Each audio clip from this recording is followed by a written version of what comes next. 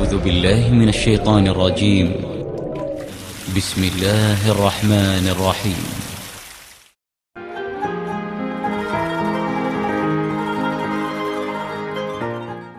Ең бірінші кезекте имандылық тәрбиесін беруіміз керек.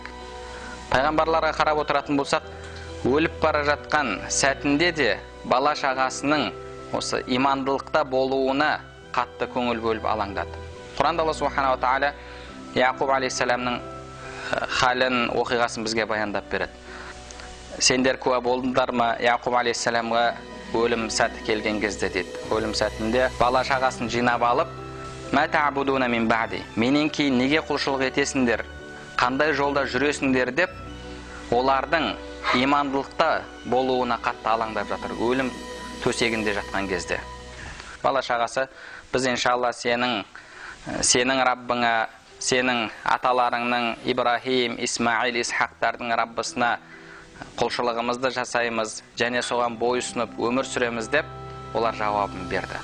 Қарап отыратын болсақ, осы жерде пайғамбарлардың қаншалықты көңіл бөлгенін көреміз. Және сол секілді Лұқманул Хаким, дана Лұқман, Хаким араб тілінде негізі әр нәрсені өзінің орнына қоятын, тиісті істі істейтінге айтылады. Хикма вадау шей фи маудиихи, яғни тиісті нәрсені тиісті орнына қоюшы.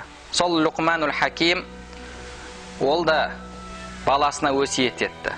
Құранда Алла субханала тағала бізге Лұқманның баласына жасаған өсиетін бір бет етіп келтіріп берді. Ең бірінші, Аллаға серік қоспа, Аллаға серік қосу ұлы үлкен күнә деп ары қарай өсиетін айтты. Бұның барлығы пайғамбарлардың қаншалықты бала шағасына көңіл бөлгенін, қаншалықты олардың имандылықта болуын ойлағандығын көрсетеді. Ибрахим алейхиссаламның Алла субханала тағала тағы дұғасын келтірді. Раббым, мені және мына Исмаил баламды өзіңе бойұсынушылардан ет, «Умен зурриятина уммата муслиматан лак», және біздің үмбеттерімізді де саған бойұсынушы, саған құлшылық жасаушы үмбеттерден ет деп дұға жасап жатыр. Бұның барлығы осы бала тәрбиесінің қаншалықты маңызды екендігін көрсетеді. Біз ертең Алла субханала тағаланың алдына барғанда сол балаларымыз үшін сұраламыз. Сендердің әрқайсың басшысыңдар және қол астындағылардан сұраласыңдар деді.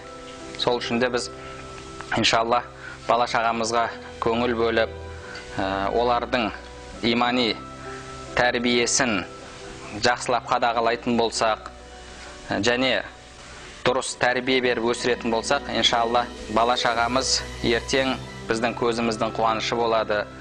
Бір бала шағалар ата-анасының өзінің орнына тозаққа түсуін Алладан сұраса, екінші бір бала шағалар, екінші бір перзенттер ата-анасына алтыннан тәж киілуіне себепші болып жатады. Ата-анасының сол перзентінің себебімен Алланың алдында дәрежесі көтеріліп жатады. Егер сондай перзентте тәрбиелейтін болсақ, ол қандай бақыт.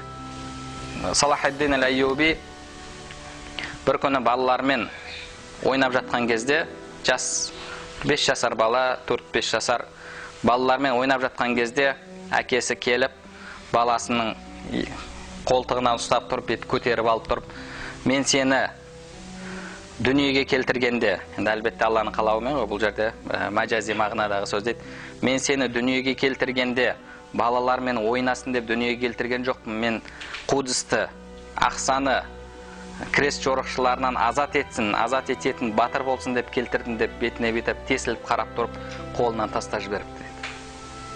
Қолынан жерге тастап жіберген кезде, енді әлбетте кішкентай бала жерге түседі. Сонда баласының жүзінен денесіне жерге түскенің батқандығын сезеді, көреді. Сонда айтады, не болды деді. Жаныңа батты ма деді. Иә, батты. Жаныңа батса неге айқайламайсың деді. Сонда әлгі бала тұрып, Қудысты азат ететін басшы ол жылауға, айқайлауға оған болмайды деп сол жерде солайынан жауап берген екен. Яғни міне сондай балаларды тәрбиелеп шығар. Біз қияметте адамдардың барлығын басшыларымен бірге шақырамыз деді. Әрбір әке өзінің отбасында басшы. Сол өзінің отбасына басшы болған халде келеді. Солар үшін жауап береді Алланың алдында. Ол күні Құранда Алла Субханаху ва Тағала айтады: "Яума табиядду вужух ва тасвадду вужух". Бір жүздер нұрланып жарқырайды, екінші бір жүздер қап-қара болып қара түнек болады деді. Бір жүздер жарқырайды, екінші жүздер қараяды.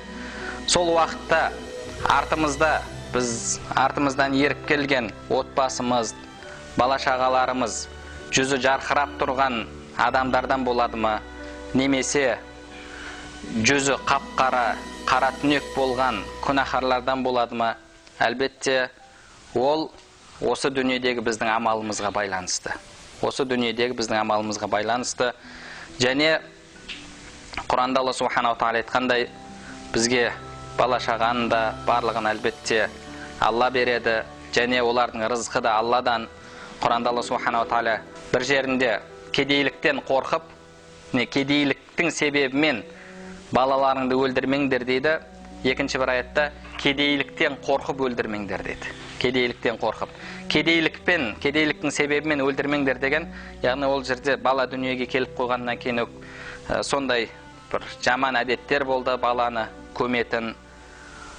Солай немесе бала дүниеге келген кезде, мысалы, кедейліктің себебімен өлдірмеңдер деді.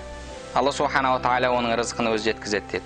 Ал екінші аятта хашията имлақ, қорыққандықтан өлдірмеңдер деді. Яғни мен бала қазір көтертсем қалай болады, біздің жағдайымыз жасауып алуымыз керек, басқа деген секілді сөздерді айтатындар бар. Өзім жеке танитын отбасы бар. Сөйтіп өкінішке орай бірнеше баласын туратып алдырып тастады. 2 рет па ел көтерген кезде біз әлі жағдайымыз туралап алған жоқпыз, қазір жұмыс істеу керек, басқа деген секілді. Содан кейін Алла оларға бала нәсіп еткен жоқ.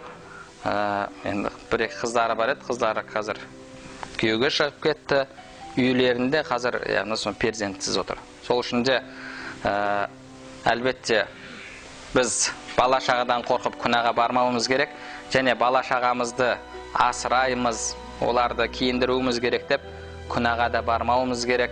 Алла Субханаху ва Тағала: "Уа ла тулхикум амвалукум ва ла ауладукум ан зикриллах". Алла сендерді, бала-шағаларың, дүниелерің сендерді Алланың дінінен, Алланы зікір етуден тоспасын дейді. Яғни осылайша біз иншалла бала-шағамыздың тәрбиесіне көңіл бөлетін болсақ, оларға дұрыс тәрбиені үйрететін болсақ, бұл бірінші Алланың алдындағы міндетіміз болып табылады.